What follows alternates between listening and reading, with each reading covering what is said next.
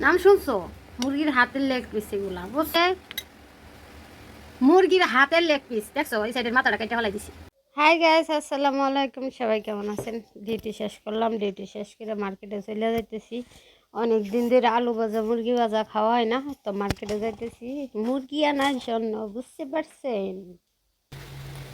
এই জায়গায় আমি আলুগুলা কাইটা নিছি ভাজার জন্য, আর আলুতে আমি জাস্ট লবণ দিয়ে মাখাই নিছি, আর কিছু না।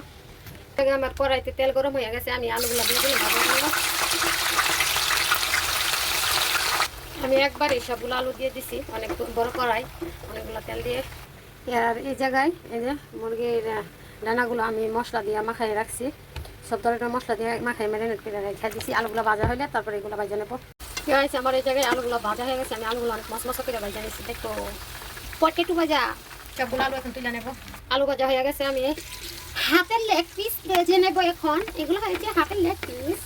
তো মুরগির ডানাগুলো আমি সবগুলো ভাজা নেবো। জায়গায় আমার মুরগি ভাজা হয়ে গেছে, মুরগির ডানাগুলো দেখেন অনেক সুন্দর করে ভাজা নিচ্ছি। অনেকদিন পরে কিন্তু আলু ভাজা আর মুরগি ভাজা করলাম, দেখেন কালারটা। সাথে একটু সালাদ বানিয়ে নিয়েছি, শসা টমেটো পেঁয়াজ কাঁচামরিচ দিয়া। এই জায়গায় নিয়ে আনিছি কাঁচা অ্যান্ড মায়োনেজ।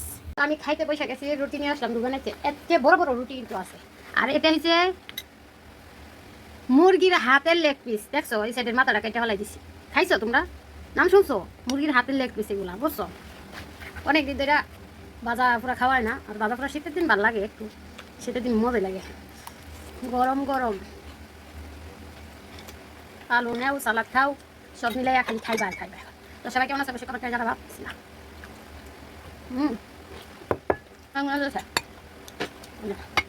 লাল লাল করে সালাদ বানাইছি। প্রচুর দাও। খাওয়া দাওয়া করি, সবাই ভালো থাকবেন, সুস্থ থাকবেন, আল্লাহ হাফেজ। আমার মতন মুরগির ডানা লেগ পিস সবাই খাইয়েন।